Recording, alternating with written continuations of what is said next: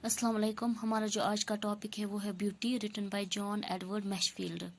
इस पोएम का जो पोइट है, शायर है, वो है जॉन एडवर्ड मैशफील्ड। पहले हम इसका थोड़ा सा इंट्रोडक्शन पढ़ते हैं। The poet seems to be enthralled by the beauty of his beloved. जो पोइट है, शायर है, वो कम्प्लीटली अट्रैक्टेड है towards the beauty of his beloved. Enthralled का मतलब होता है टू अट्रैक्ट कम्प्लीटली, वो पूरी तरह अट्रैक्ट है अपने महबूब की खूबसूरती की तरफ। He compares her to all the bounties of nature but finds her the most beautiful. वो अपने महबूब को कुदरत की हर शय से, हर नज़ारे से, हर बाउंटी से कंपेयर करता है, लेकिन उसको सबसे खूबसूरत अपना महबूब ही लगता है। बेसिकली जो ये पोएम है ये एक कंपैरिजन है। कंपैरिजन किस चीज़ के दरमियान है? एक पोइट की जो उसका महबूब है, जो उसका बिलाउड है, उसकी ब्यूटी का कंपैरिजन है किसके साथ? जो बाकी नेचुरल एनवायरनमेंट है उसके साथ।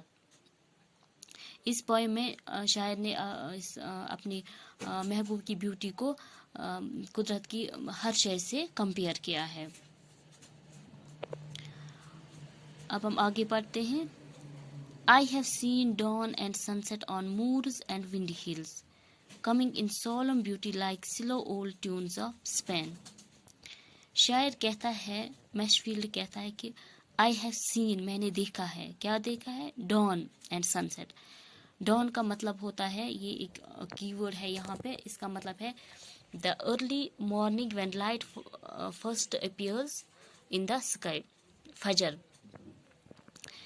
डॉन वो सुबह का वो टाइम जब सूरज की पहली किरणें ज़मीन पर पड़ते हैं, जिसे हम फजर भी कहते हैं।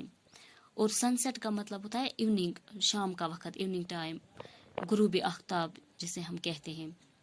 ये नज़ारा शायर ने कहाँ पे देखा है? On Moore's. मूर्स होते हैं प्लेन एरियाज, मैदान जिसे हम कहते हैं, मीडोज कह सकते हैं। And windy hills. Windy hills का मतलब होता है पहाड़ जहाँ पे तेज हवाएं चलती हैं, जहाँ पे जोर की हवाएं चलती हैं।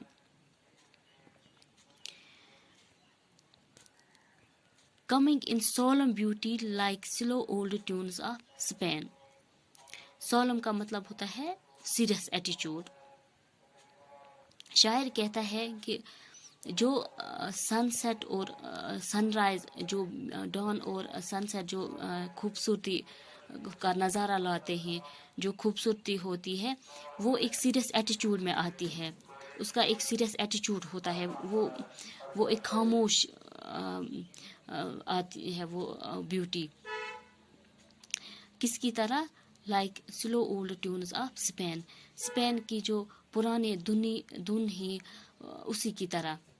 यहाँ पे शायर ने यूज़ किया है वर्ड लाइक। लाइक यहाँ पे यूज़ हुआ, ये सिमली हुआ है यहाँ पे यूज़, जिसे हम तशबिया कहते हैं। क्योंकि शायर ने जो सनसेट और सनराइज़ का जो नज़ारा है, जो मूर्स और विंडी हिल्स में शायर ने देखा है, उसको उसने कंपेयर किया है ओल्ड ट्यून्स ऑफ स्पेन के साथ, स्पेन की जो पुरानी धुन हुआ करती थी उनके साथ। क्यों कंपेयर किया है? क्योंकि जो स्पेन है वो म्यूज़िक के लिए बहुत ही मशहूर है, और जो उसकी जो पुरानी धुन हुआ करती थी वो बहुत ही मीठी धुन होती थी। I have seen the lady April bringing the daffodils. शायर कहता है कि मैंने अप्रैल में फूल खिलते देखा है। कौन से फूल? डेफोडिल। डेफोडिल्स का मतलब नरगिस के फूल। यहाँ पे अप्रैल को लेडी बताया गया है। यहाँ पे दूसरी पोइटिक डिवाइस इस्तेमाल हुई है, जैसे ऊपर वाली लाइन में सिमली जो एक पोइटिक डिवाइस है वो यूज़ हुई है, क्योंकि वहाँ पे वर्ड आया था लाइक। यहाँ पे अप्रैल को लेडी बताया गया है क्योंकि यहाँ पे दूसरी पोइटिक डिवाइस यूज़ हुई है, जिसे हम पर्सोनिफिकेशन कहते हैं। पर्सोनिफिकेशन किस चीज़ को कहते हैं? पर्सोनिफिकेशन का मतलब होता है जब एक किसी एनिमल, बर्ड या किसी नॉन लिविंग को ह्यूमन क्वालिटीज़ दी जाती है, उसे हम पर्सोनिफिकेशन कहते हैं।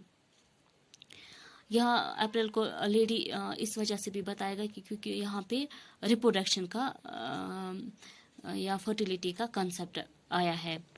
जैसे एक लेडी अपने बच्चे को जन्म देती है, वैसे ही यहाँ पे बताया गया है कि जो अप्रैल है वो किसको जन्म देते हैं, फूलों को, क्योंकि अप्रैल के महीने में ही हर किस्म के फूल खिलते हैं. Bringing the springing grass and soft warm April rain. इसी महीने में हरी हरी घास भी उगती है और बारिशें भी होती हैं.